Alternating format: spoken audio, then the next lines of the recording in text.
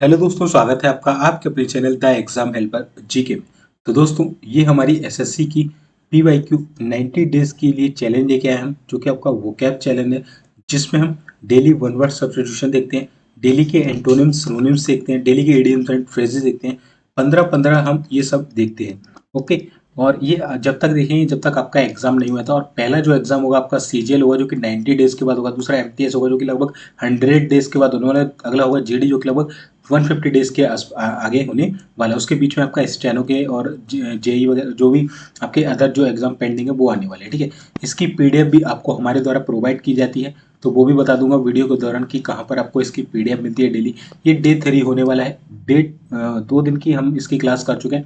अगर आपने नहीं देखी है तो जाके चैनल पर विजिट करके उसे देख सकते हैं, क्योंकि आपको मालूम है एसएससी में 50% से भी ज़्यादा पोर्शन जो है वो वोकैब ही कवर करती है। और अगर आप केवल वोकैब ही कंप्लीट कर लेते हैं तो आपका सिलेक्शन यहाँ पर चांसेस जो है वो हाई हो जाते हैं। ठीक है। तो वोकैब को बिल्कुल अंडर एस्टिमेट मत करिएगा, क्योंकि इसी के द्वारा आपका सिलेक्शन टिका हुआ है। आपको मालूम है कट ऑफ आप आजकल कितना आ रहा है, 150 से भी ज़्यादा, 200 में से कट ऑफ आपका हाई जाने लगा है। ठीक है। तो इसमें जो हम वोकैब करते हैं वो एसएससी के एग्जाम में बार बार पूछे जाने वाली रिपीटेड वोकैब है, जो कि एसएससी के जितने भी एग्जाम एसएससी के द्वारा लिए जाते हैं उनके लिए सभी के लिए महत्वपूर्ण होने वाली है। ठीक है। लेटेस्ट आपके जो एग्जाम होंगे वो सीजीएल, एमटीएस और जीडी होने वाले हैं, तो उनके लिए रामबाण ये साबित होने वाली है। तो चलिए बिना किसी देरी की वीडियो को स्टार्ट कर लेते हैं। उससे पहले बता दूं दोस्तों, अगर आप एसएससी की प्रिपरेशन कर रहे हैं तो आपको मॉक टेस्ट जरूर देना चाहिए, क्योंकि आपको मालूम है एसएससी में स्पीड मैटर करती है, साथ ही साथ आपकी एक्यूरेसी भी मैटर करती है। और ये आपको स्पीड और एक्यूरेसी कहाँ से मिलेगी? मॉक टेस्ट से मिलेगी, जिसके लिए टेस्ट बुक के आप मॉक टेस्ट परचेस कर सकते हैं। अभी यहाँ पर एक ऑफर चला जिसमें 529 का मिल जाएगा। इस पर भी डिस्काउंट मिल जाएगा अगर आप मेरा कूपन कोड जो है B1NW47 डाल देते हैं। इसका स्क्रीनशॉट ले लिए, जब आप परचेस करने जाए तो इसे परचेस कर लीजिएगा। आपको एक मॉक टेस्ट में ऑल ओवर इंडिया में जितने भी एग्जाम मिलते हैं सब मिल जाते हैं। ठीक है। जिसमें आप एसएससी सेलेक्ट करके, आपको सेलेक्ट नहीं करना, केवल आपको ये परचेस करना है और फिर जो आपको एग्जाम देना है उसको सेलेक्ट करके यहाँ पर आप एग्जाम दे सकते हैं। एसएससी की ऑल जितने भी एग्जाम है सभी एग्जाम आपको एक मॉक टेस्ट में मिल जाएंगे।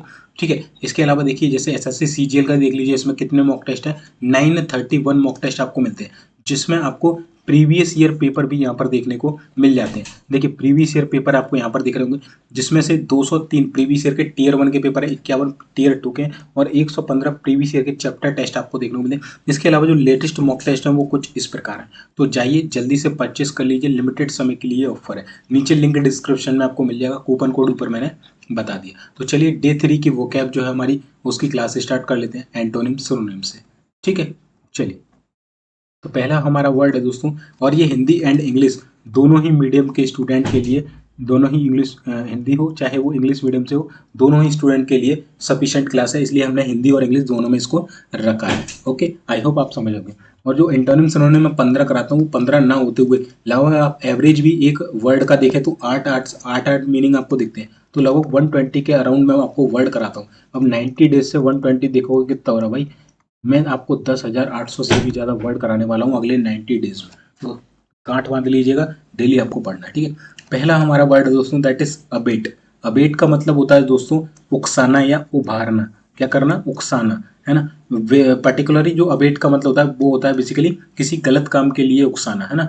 वो भड़काना, उकसाना इस तरीके से, यानी कि एनकरेज करना, सपोर्ट करना, एड करना, इंस्टिगेट करना, इंसाइट करना। इन सभी का मतलब होता है इनकरेज करना, बढ़ाना, उकसाना। ठीक है। तो ये होता है भड़काना, उकसाना, उभारना। ओके। चलिए, एंटोनिम का हो जाएंगे शांत करना, यानी कि डिस्करेज करना, हिंडर करना यानी कि बाधित करना, रोकना, उसे शांत करना, रेजिस्ट करना, रोकना, हिंडर मतलब होना बाधित करना, क्या करना?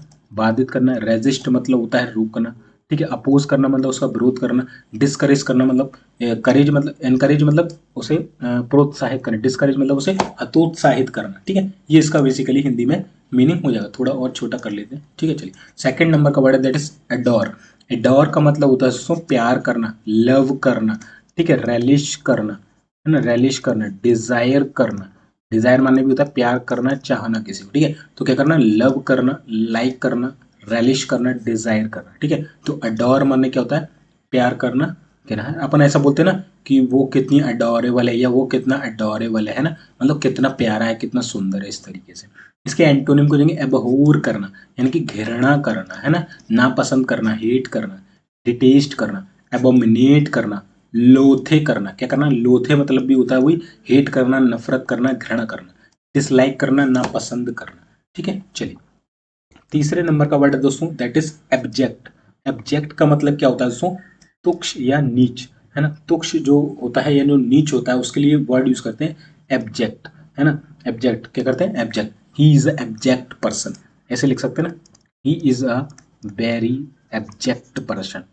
एब्जेक्ट पर्सन यानी कि वो एक बहुत ही नीच आदमी है, बहुत ही तुक्ष गिरा हुआ आदमी है।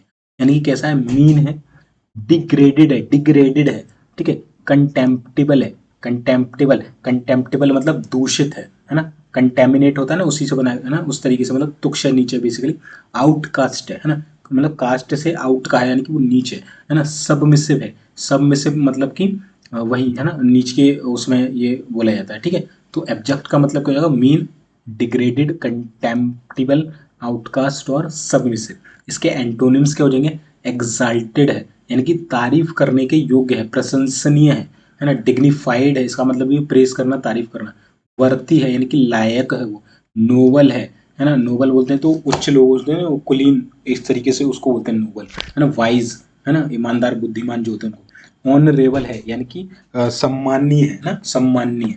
ठीक है, चलिए फोर्थ नंबर का है हमारा दोस्तों एब्ज्योर। एब्ज्योर का मतलब होता है दोस्तों, एब्ज्योर का मतलब क्या होता है? एब्ज्योर का मतलब होता है दोस्तों त्याग देना किसी चीज को। क्या कर देना? त्याग देना। डिस्क्लेम कर देना, फॉरस्वेयर कर देना। क्या करना? फॉरस्वेयर कर देना, रेपुडिएट कर देना, फॉरसेक कर देना, रिनाउंस कर देना, अबंडन कर देना, है ना, अबंडन कर देना।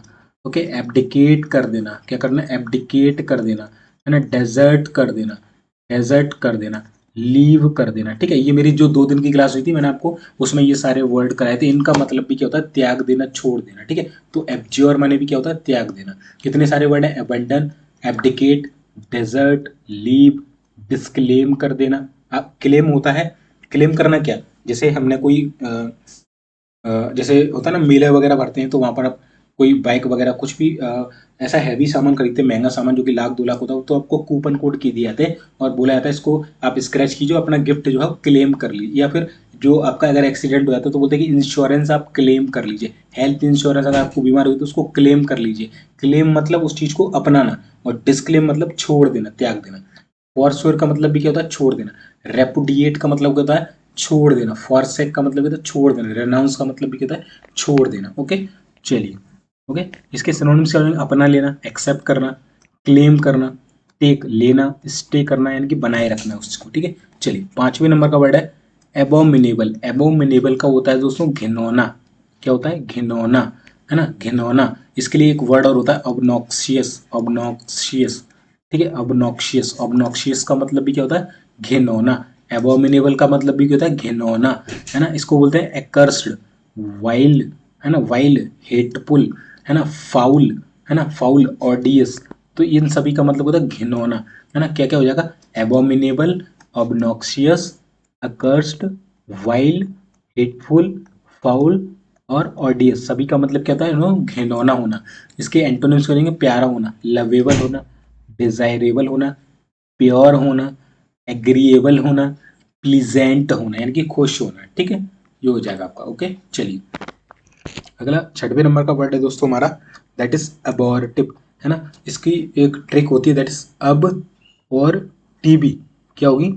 अब और टीबी, आगे लगा देना मैं अब और टीवी नहीं देखूंगा, नहीं देखूंगा, क्योंकि क्योंकि मेरे मेरे सारे प्रयास कैसे हो रहे हैं?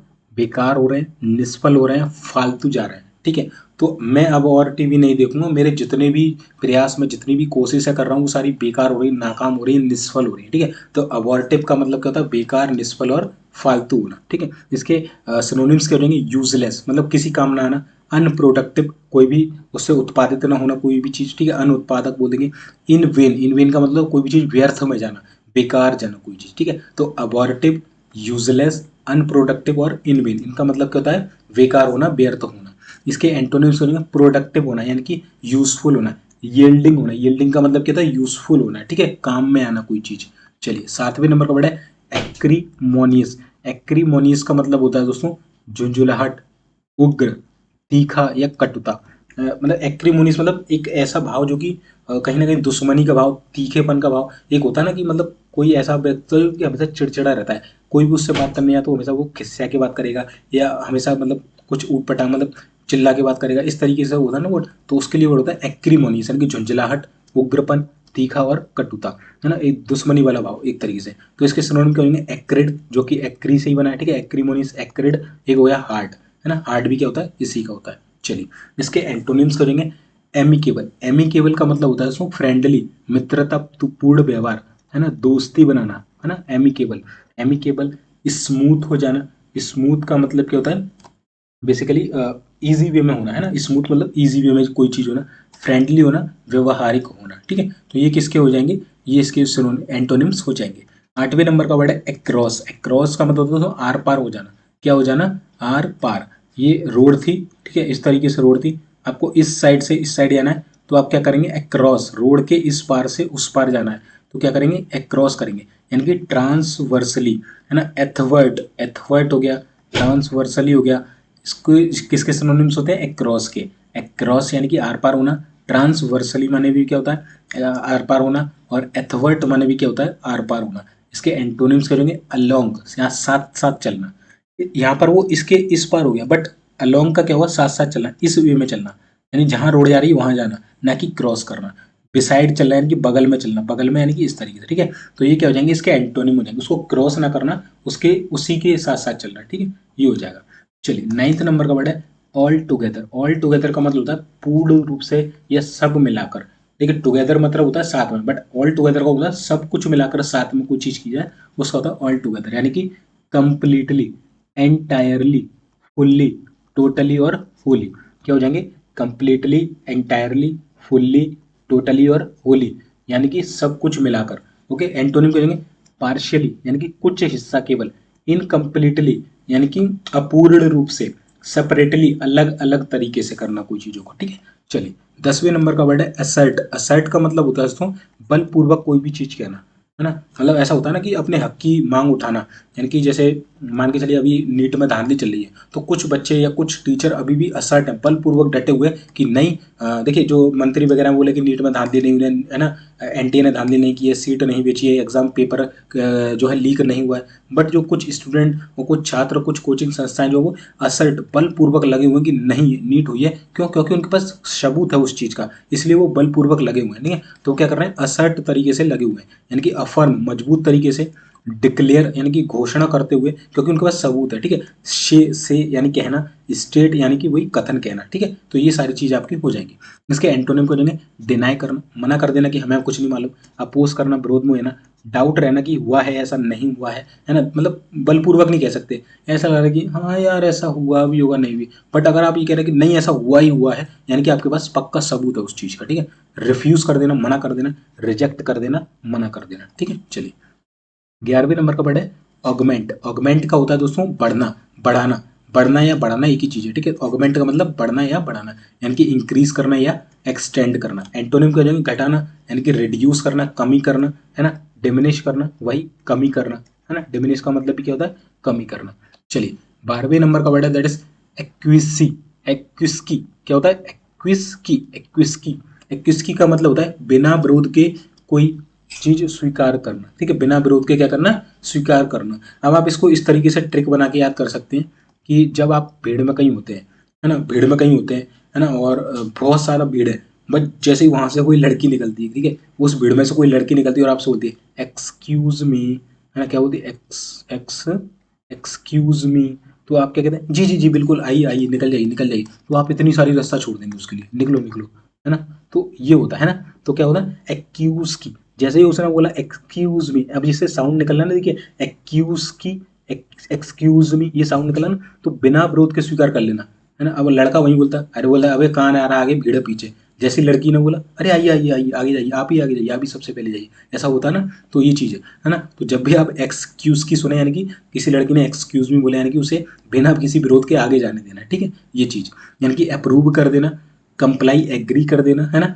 बी पेशेंट रखना, है ना, धैर्य रखना। ओके, सबमिट कर देना, अफर्म कर देना, यानी कि मजबूत बना देना, बिना किसी विरोध के तो मजबूत हो जाएगा, ठीक है। चलिए, इसके एंटोनिम क्या हो जाएंगे? ग्रम्बल करना, चिल्लाना। क्यों क्यों चिल्लाना पड़ रहा है? क्योंकि वो शांति से काम हो ही नहीं रहा ना। ये चीज़ है। कंप्लेन करना, शिकायत करना, मुरमुर करना, वही बकबक करना, चैटर करना, प्रोटेस्ट करना, अपोज करना उस चीज़ का, ठीक है। यहाँ बिना विरोध के कोई काम चीज हो गया। अब जैसे ही वहां लड़के ने एंटर किया तो तुम ग्रम्बल चिल्लाने लगे, अबे आगे कहाँ जा रहा है, उसकी कंप्लेन कर रहे हो कि इसको आगे मत जाने दियो, सामने वाले से मुरमुर बकबक कर रहे हो, अरे तू कहाँ जा रहा है, यहीं पे रहा, पीछे रहा, इस तरीके से प्रोटेस्ट कर रहे हो उसके खिलाफ कि तू आगे क्यों जा, कैसे जाएगा, हम भी तो लगे लाइन में, है ना, उसके विरोध में हो गए आप। ये चीजें देखो ना। तो इस तरीके से वर्ड आपको याद करने हैं। चलिए, 13वें नंबर का वर्ड है दोस्तों एफ्लुएंस। एफ्लुएंस का मतलब होता है दोस्तों समृद्धि, धन दौलत हो जाना, ठीक है, समृद्ध हो जाना। इसके लिए वर्ड होता है प्रॉस्पैरिटी, ऑप्युलेंस, फ्लरिशिंग, वेल्थ, है ना। सभी का मतलब कहता है समृद्धि आ जाना, समृद्ध हो जाना, धन दौलत मिल जाना, ठीक है। चलिए, एंटोनिम्स सक्सेस हो जाना, ठीक है, सक्सेस का मतलब भी है समृद्धि मिल जाना। इसका एंटोनिम क्या होंगे? पोवर्टी, गरीबी हो जाना।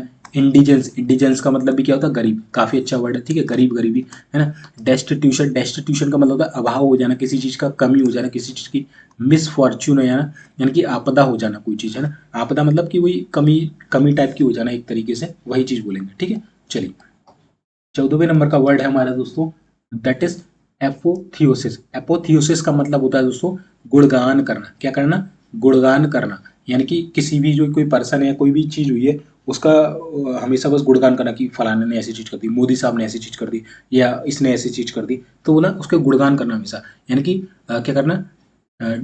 डीइफिकेशन करना। क्या करना? डीइफिकेशन करना, यानी कि उसका गुणगान करना, डीइफिकेशन। एक्साइटेशन करना, उसकी तारीफ करना। ग्लोरिफिकेशन करना, वही उसकी तारीफ करना।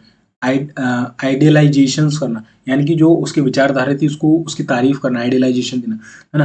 प्रमोशन करना, प्रमोशन यानी कि उसकी तारीफ करना है, उसको बढ़ावा देना है, बेसिकली उसके गुणगान करना है बेसिकली, है ना। अपग्रेडिंग करना, उसको अपग्रेड कर देना, यानी कि उसके गुणगान कर रहे हो भाई। कोई किसी के देखिए, एक होता है ना कि कोई ऑफिसर है ना, कोई ऑफिसर है या कोई मालिक है ना, कोई मालिक है ना, वो क्या हमेशा क्या करता है, एक दो कर्मचारी ऐसे होते हैं कि वो हमेशा गुणगान करते रहता है, तारीफ करते रहता है कि वो और बहुत अच्छा काम करता है, यार उसकी सैलरी बढ़नी चाहिए, यार उसको प्रमोशन मिलना चाहिए, यार उसको अपग्रेड मिलना चाहिए। तो वो इस तरीके से क्या करता है, उसकी तारीफ करते रहता है कि वो बहुत अच्छा काम करता है, उसको इस चीज़ें मिलना चाहिए, नहीं। तो एपोथ्योसिस यानी गुणगान करना, ठीक है। डीइफिकेशन काफी अच्छा वर्ड है, इसको याद रखना, ठीक है। चलिए, एंटोनिम को जाएंगे एंटीथीसिस, विरोध में हो जाना, यानी कि गुणगान नहीं करना, बुराई करना। एस्पर्शियन, बदनामी करना, ठीक है। एस्पर्शियन यानी कि बदनामी करना। डिफेमिनेशन, डिफेमेशन यानी कि बदनामी करना। डेनिजरेशन, डेनिजरेशन वो भी क्या होता है, वही बदनामी करना, है ना, बेइज्जती करना। विलिफिकेशन, विलिफिकेशन मतलब कम करना, उस किसी चीज का मान घटा देना, कम करना, है ना, विलिफिकेशन करना। ओके, चलिए, 15वें नंबर का वर्ड है दैट इज एम्बियंस। एम्बियंस का मतलब होता है दोस्तों अच्छा माहौल। क्या होता है? अच्छा माहौल या वातावरण। इसके सिनोनिम्स क्या हो जाएंगे? एटमॉस्फेयर। क्या हो जाएगा दोस्तों? एटमॉस्फेयर यानी कि अच्छा वातावरण। एनवायरंस, एनवायरेंस हो जाएगा, एम्बियंस हो जाएगा, और सराउंडिंग्स हो जाएगा। इन सभी का मतलब होता है अच्छा माहौल, अच्छा वातावरण। एटमॉस्फेयर, एनवायरेंस, एनवायरमेंट से बना है एनवायरेंस, एम्बियंस से बना है अच्छा माहौल, सराउंडिंग्स मतलब आसपास का जो माहौल है उसको बोलते हैं, ठीक है। चलिए, एंटोनिम्स क्या हो जाएंगे? ब्लैंकनेस, खालीपन लगना। खालीपन लगेगा तो अच्छा लगेगा आपको, बहुत बेकार लगेगा। नलिटी, नलिटी मतलब सब कुछ जीरो हो जाना, शून्य हो जाना। नथिंगनेस यानी कुछ नहीं बचना। वॉइड, व्यर्थ हो जाना। एम्प्टीनेस, खालीपन हो जाना, ठीक है। तो ये क्या हो जाएंगे? इसके एंटोनिम्स हो जाएंगे। चलिए, अब हम क्या देख लेते हैं? वन वर्ड सब्स्टिट्यूशन देख लेते हैं, 15।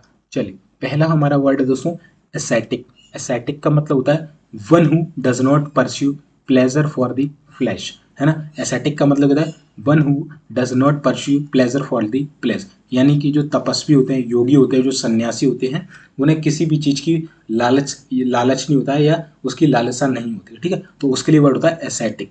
दूसरा है एजेंडा। एजेंडे का क्या होता है दोस्तों? कार्यसूची। की एजेंडा होता है ना कि इस बार जो एनडीए सर गवर्नमेंट बनी है उसका एजेंडा क्या है, अगले 5 सालों के लिए उसकी कार्यसूची क्या रहेगी, उसको बोलते हैं agenda. Items of business to be discussed at a meeting, ठीक है, इस मीटिंग का क्या एजेंडा है। तीसरा नंबर है एस्टर। एस्टर का मतलब होता है दोस्तों अ flower which is star shaped, एक ऐसा फ्लावर जो कि स्टार के शेप जैसा, या उसको बोलते हैं अपन तारा। क्या बोलते हैं? तारा, एस्टर, ठीक है। चलिए, चौथे नंबर का वर्ड है एमोरल। एमोरल का मतलब होता है दोस्तों अनैतिक। One who does not concern right और रॉन्ग, यानी कि एक ऐसा व्यक्ति जिसे ना तो ये मालूम है कि ये चीज़ सही है या गलत है, तो उसको बोलते हैं अनैतिक, उसे अभी नैतिक ज्ञान नहीं है, यानी कि अमोरल है। पांचवें नंबर का वर्ड है एडिक्ट। एडिक्ट का मतलब होता है आदी हो जाना किसी चीज का। क्या हो जाना? किसी भी चीज का आदी हो जाना। हु डिपेंडेंट्स ऑन ड्रग्स या ऑन समथिंग। ऐसा ही नहीं है कि शराब का ही आदी हो जाना या किसी ड्रग्स वगैरह का आदी होना, किसी भी चीज की लत लगना, बेसिकली उसको बोलते हैं एडिक्शन हो जाना उस चीज के प्रति। ठीक है, किसी भी चीज की लत लग जाना, मूवी देखने की लत लग जाना, पढ़ाई की लत लग जाना। तो एडिक्शन करना है तो अच्छी चीजों का करो, है ना, किताबों का करो, पढ़ाई का करो, है ना। इन ड्रग्स वगैरह या ड्रिंक्स वगैरह में कुछ नहीं रखा हुआ है। ठीक है, या जो पार्टीज वगैरह करते फिरते हैं या बस दोस्तों के साथ घूमना ही उनको अच्छा लगता है, तो ये मत करिए, बस पढ़ाई में स्टडी में अपना एडिक्शन लाइए। ठीक है, छठवें नंबर का वर्ड है दैट इज अलोन। अलोन तो सबको मालूम है, अकेला, है ना। Who with drawn from society, जिसे सोसाइटी से बाहर निकाल दिया गया है, एकांत। सातवें नंबर का है एडजस्टमेंट या रेसिप्रोकेट। एडजस्टमेंट कह लो या रेसिप्रोकेट, इसका मतलब होता है give and receive thing mutually, यानी कि अदला बदली करना। एडजस्टमेंट क्या होता है? मतलब कि भाई तेरी ये आप दुकानदार के पास गए, उसने बोला भाई 500 रुपये की, आप बोले भाई 400 की लगा ले, तो वो भी कहता है यार ठीक है चल 400 दे रहा है, इसके बदले ये ड्रेस देता हूँ, तो आप उसे आपने उससे 400 आपने उसे 400 दिए, बदले में उसने आपको ड्रेस दी। या रेसिप्रोकेट होना, कोई भी चीज़ आपस में बदल लेना, है ना। जैसे कोई पड़ोसी आते हैं कि भाई साहब वो चीनी खत्म हो गई, हमारी चीनी दे दो, तो आपसे वो चीनी लेके आप कुछ दिन में कहोगे भाई साहब हमारी दाल खत्म हुई तो दाल दे दो, तो क्या होगा? रेसिप्रोकेट हो गया। ठीक है, ये स्थिति है। ओके, चलिए आपस में चीज़ें बदलना। आठवें नंबर का वर्ड है ऑडिटोरियम। ऑडिटोरियम क्या होता है दोस्तों? जहां पर आप मूवी देखने जाते हैं, जहां पर कोई सम्मेलन होता है, जहां पर कोई भी सभा बैठती है, उसको बोलते हैं ऑडिटोरियम, यानी कि द एरिया ऑफ थिएटर, भवन या सभागार। नाइन्थ नंबर का है एनालॉजी। एनालॉजी का मतलब होता है दोस्तों सादृश्यता, है ना, a comparison between one thing and another, typically for the purpose of explanation और क्लैरिफिकेशन। यानी कि सादृश्यता का मतलब होता है दो चीजें हैं और उनमें इतनी समानता है कि उनमें अंतर करना करना इतना कठिन हो चुका है कि अंतर नहीं कर पा रहे, इतनी सदस्यता, इतनी सिमिलैरिटी है उनके अंदर। ठीक है, तो एनालॉजी का मतलब होता है a comparison between one thing and another, एक चीज का दूसरी चीज से कंपैरिजन करना, typically for the purpose for explanation और क्लैरिफिकेशन। किस चीज के लिए कंपैरिजन कर रहे हैं? कंपैरिजन इसलिए कर रहे हैं कि इसका कुछ मतलब है, इसका कुछ मतलब है, दिखने में दोनों एक जैसी चल रही हैं, एक जैसी लग रही है, बट हमें तो कंपैरिजन करना पड़ेगा ना कि इसका क्या मतलब है, इसका क्या मतलब है, तो उसको बोलते हैं एनालॉजी करना। रीजनिंग में आपका चैप्टर भी है। ठीक है, इस तरीके से। चलिए, 10वें नंबर का वर्ड है दोस्तों एमनेस्टी। एमनेस्टी का मतलब होता है दोस्तों क्षमादान। क्या होता है? क्षमादान। An official pardon for people who have been convicted of political offence. ठीक है, एमनेस्टी, क्षमादान की शक्ति किसके पास है? राष्ट्रपति के पास। आर्टिकल कौन सा लगता है? 72। चलिए, 11वें नंबर का वर्ड है दोस्तों एक्वाफोबिया। क्या है? एक्वाफोबिया। एक्वाफोबिया का मतलब होता है fear of water. Basically aqua का मतलब होता है वाटर, फोबिया का मतलब होता है डर, तो पानी से डरना। क्या होना? पानी से डरना। अगला है एस्ट्राफोबिया। एस्ट्रा मतलब होती है बिजली, फोबिया माने डर, यानी कि फियर ऑफ लाइटनिंग, बिजली से डरना। अगला है एल्यूरोफोबिया। एल्यूरोफोबिया का एल्यूरो माने होता है कैट और फोबिया माने डरना, तो फियर ऑफ कैट्स। अगला है एडमोनिश। क्या है? एडमोनिश। एडमोनिश का होता है दोस्तों अ हैंडसम मैन। एक सेकंड रुकिएगा दोस्तों, इसमें कुछ गड़बड़ लग रही है मेरे को, थोड़ा सा क्लियर कर देता हूँ आपको, है ना। वो शायद एडोनिश होता है, आई थिंक, है ना। एडोनिश नहीं, एडमोनिश नहीं, सेकंड रुकिएगा दोस्तों।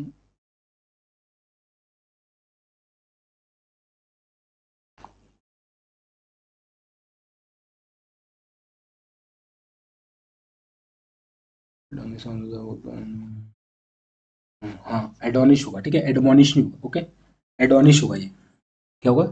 एडोनिश। एम नहीं है यहाँ पर, ध्यान रखना, एम यहाँ पर नहीं है। इसकी जो स्पेलिंग है दैट इज एडोनिश।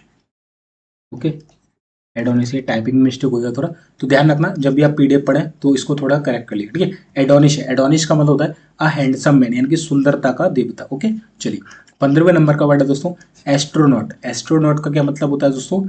सेलर या वॉयगर ऑफ स्टार। क्या होता है? सेलर या वॉयगर ऑफ स्टार, यानी कि अंतरिक्ष यात्री जो होता है उसके लिए हम बोलते हैं एस्ट्रोनॉट। ओके, चलिए, अब हम क्या करते हैं, 15 इडियम्स एंड फ्रेजेस कर लेते हैं। तो पहली इडियम्स एंड फ्रेजेस है आपकी अ मैडन स्पीच। मैडन मतलब होता है कोई भी चीज पहली पहली बार करना, दैट इज फर्स्ट जो कोई चीज होती है उसके लिए वर्ड होता है मैडन, है ना, मैडन, है ना, इसलिए।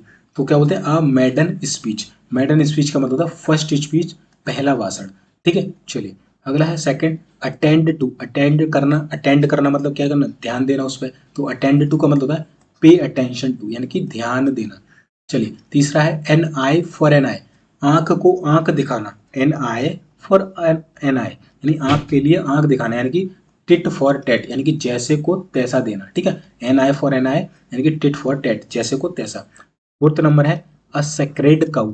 काउ कैसी होती है, पवित्र पशु होता है ना, पवित्र एनिमल है ना, सेक्रेड काउ है वो। कैसी है, सेक्रेड का मतलब होता है पवित्र, है ना। तो अब पवित्र कोई भी पवित्र चीज है तो उसके लिए होते हैं a person who is never criticise, यानी कि पवित्र है एक ऐसा पर्सन जिसकी कभी भी निंदा नहीं की जाती है। ठीक है, चलिए काऊ को हम क्या होते हैं, माता बोलते हैं, तो उसकी कभी निंदा करते हैं, उसको गाली गलौज करते हैं, नहीं करते ना, इसलिए। ओके चलिए अ साइट फॉर शोर आइज।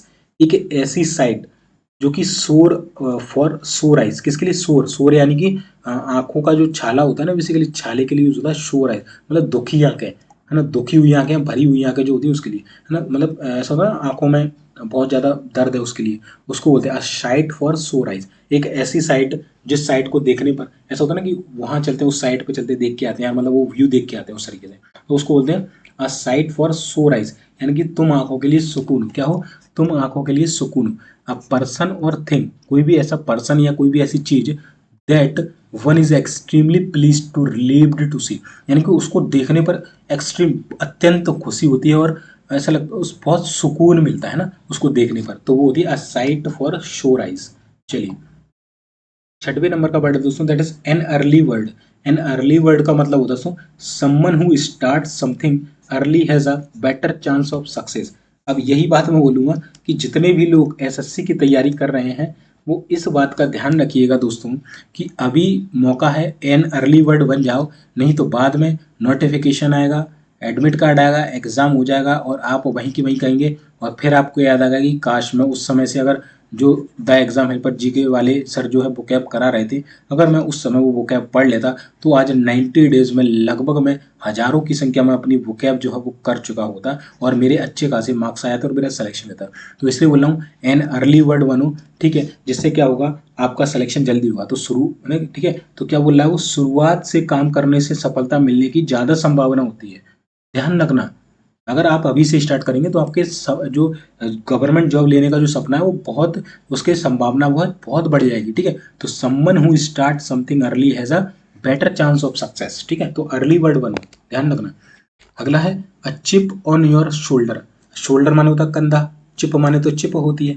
अब एक ऐसी चिप है जो कि आपके कंधे में लगी हुई है, बेसिकली वो कंधे में नहीं लगी, उसकी कहावत है a chip on your shoulder, यानी कि लंबे समय का एक दुख जो होता है ना उसके लिए हम बोलते हैं chip on your shoulder. Having a long held grievance, grievance का मतलब होता है दुख, एक लंबे समय से जो दुख चला आ रहा है वो आपके पास है। एक होता है ना कि मन में कि यार उस समय ऐसा हुआ था मेरे साथ, हमेशा वो आपको बस वही याद रहता है, कभी भी कुछ भी आप ऐसा बुरा देखते हो तो याद याद करते हो कि यार उस समय मेरे साथ बहुत बुरा हुआ था। तो वो चिप जो है आपके अभी भी शोल्डर में फंसी हुई है, तो उसको निकाल के फेंक दो। ठीक है, चलिए आठवें नंबर का है eight the drop of a hat. Eight the drop of a hat का मतलब होता है जैसे ही ड्रॉप गिरे काम करना, है ना। आपने रेस होती थी पहले, आपने देखा होगा कार्टून्स वगैरह में, मूवीज में, तो वो ड्रॉप गिराते थे और जैसे ही ड्रॉप गिराते थे नीचे जो रेस है वो स्टार्ट हो जाती थी, चाहे घोड़ों की दौड़ो चाहे बाइक की दौड़ो, तो वो रेस क्या होती थी, स्टार्ट हो जाती थी, है ना। तो उसके लिए बोलते हैं at the drop of a hat, willing to do something immediately at once. जैसे ही ड्रॉप गिरे वैसे ही काम कर लेना, अगर एक सेकंड भी चूके तो रेस से बाहर हो जाओगे। ठीक है, तो क्या करना, जल्दी से काम करना। चलिए नाइन्थ नंबर है a flash in the pan. क्या हुआ, a flash in the pan, something that happen only once और for a short time and was not repeated. A flash in the pan का मतलब होता है तुक्के की कामयाबी, यानी कि कोई बंदा है जिसने अभी अभी पढ़ना स्टार्ट किया, अभी से स्टार्ट किया और 6 मंथ में सिलेक्शन ले लिया, है ना, और उसने ज़्यादा पढ़ा भी नहीं था, केवल इंपॉर्टेंट पढ़ लिया, और उसकी किस्मत थी कि वो इंपॉर्टेंट जो उसने पढ़ा था वो उसके एग्जाम्स में आ गया। तो क्या हो गया, वो भाई उसको तुक्के की कामयाबी मिली, क्योंकि उसने जो पढ़ा था वही आ गया। बाकी जो 5 साल से स्टूडेंट पढ़ रहे हैं वो भी तो पढ़ ही रहे हैं ना भाई, बट क्या हो रहा है, वो कहीं ना कहीं रह जा रहे हैं, है ना, कहीं ना कहीं वो रह जाते हैं। तो ये चीज़ है, बट ये कि जो 6 मंथ में पढ़ रहा था ना उसने मेहनत तो की, बट इम्पोर्टेंट की, और हो सकता है कि उसने जो पढ़ा या जितना उसने पढ़ा इंपॉर्टेंट भी नहीं पढ़ा, जितना उसने पढ़ा उसकी किस्मत थी कि भाई जो उसने क्वेश्चन पढ़ के गया कहीं से मिल गया उसको क्वेश्चन, वही क्वेश्चन एग्जाम में आ गया, तो उसकी किस्मत थी, क्या थी, किस्मत थी, है ना। मतलब 10 क्वेश्चन लगा के गया, 10 में से 8 फंस गए, सिलेक्शन हो गया, सिंपल सी बात है ना। तो उसको बोलते हैं फ्लैश इन द पैन, यानी कि तुक्के की कामयाबी, है ना। चलिए, केवल एक ही बार ऐसी चीज होगी, बार बार नहीं होगी, ध्यान रख लेना, है ना। चलिए, 10वां नंबर है all in all. All in all का होता है दोस्तों मोस्ट इंपॉर्टेंट पर्सन, यानी सब कुछ है वो आपके लिए, तो उसको बोलते हैं all in all, most important person. 11वें नंबर का है alpha and omega. Alpha and omega का होता है दोस्तों बिगिनिंग से एंड तक, यानी कि शुरू से लेकर अंत तक कोई चीज होती है, उसको बोलते हैं अल्फा एंड ओमेगा। 12वें नंबर का है again and again. Again and again का मतलब होता है फिर से कोई चीज करना, यानी कि रिपीटेडली फॉर्म में करना, दोहराना किसी चीज को। 13वें नंबर का है ऑल एट सी। चारों तरफ अगर आपको समुद्र दिखेगा तो आप कैसे हो जाओगे, कंफ्यूज हो जाओगे, पजल्ड हो जाओगे, कंफ्यूज हो जाओगे, आपको विरोधाभास की स्थिति होगी, ठीक है, ऑल एट सी। 14वें नंबर का है हमारा an open book. An open book का मतलब होता है दोस्तों एन एग्जाम्पल टू ऑल, खुली किताब जिसे बोलते हैं, ठीक है। तो एन ओपन बुक का मतलब होता है एन एग्जाम्पल टू ऑल। चलिए, लास्ट हमारा इडियम्स है a fish out of water. अब भाई कोई फिश थी, ठीक है, आपने उसको पानी से बाहर निकाल दिया, तो क्या होगी, तड़पेगी ना, फड़फड़ाएगी, बेचैन हो जाएगी, है ना। तो क्या हो ना, इन एन अनकंफर्टेबल पोजीशन, यानी कि कोई जो है वो अपनी जो जिसकी उसकी जो पोजीशन थी उससे हट गया, यानी कि अनकंफर्टेबल पोजीशन में आ गया, ठीक है। तो उसको क्या बोलेंगे, फिश आउट ऑफ वाटर, यानी कि मुसीबत में पड़ जाना बेसिकली, ठीक है, इसलिए। चलिए, ये सारी लिंक्स हैं, तो टेक्स्ट बुक का परचेस करने के लिए नीचे लिंक डिस्क्रिप्शन में जाके देख लेना। और एसएससी के अलावा जो भी स्टूडेंट, जैसे एनवीएस हो गया, DSSS भी हो गया, बैंक्स के एग्जाम होते हैं, उसके लिए कोई भी आप प्रिपरेशन करें तो सभी के लिए वोकैब इंपॉर्टेंट है। ध्यान रखिए, क्योंकि वोकैब तो एक ही है, चाहे आप कोई सा भी exam they low, but SSC की जो वोकैब होती है वो हर एग्जाम में रिपीट होती है, इसलिए हम इसको, आपको ये वीडियो भी देखना है, ठीक है। ये टेलीग्राम चैनल है जहाँ पर आपको इसकी पीडीएफ मिल जाएगी। ये वाला नाम जो है आप टेलीग्राम के सर्च बार में डाल देंगे तो ज्वाइन हो जाएंगे। ये वाला हमारा यूट्यूब चैनल है, सब्सक्राइब कर लेना। और ये क्या है, ये हमारा मेन चैनल है द एग्जाम हेल्पर, जहाँ पर अपडेट्स वगैरह आपको एग्जाम की मिलती है। ये यूट्यूब चैनल है, दोनों को सब्सक्राइब जरूर कर लेना। वीडियो देखने के लिए आपका बहुत बहुत धन्यवाद। वीडियो को लाइक कर देना अच्छा लगा हो, नीचे एक अच्छा सा कमेंट कर देना कोई डाउट हो तो, और वीडियो को जरूर अपने दोस्तों के साथ जरूर ग्रुप्स वगैरह में शेयर कर देना। चलिए, मिलते हैं फिर नेक्स्ट वीडियो में, तब तक के लिए जय हिंद, जय भारत।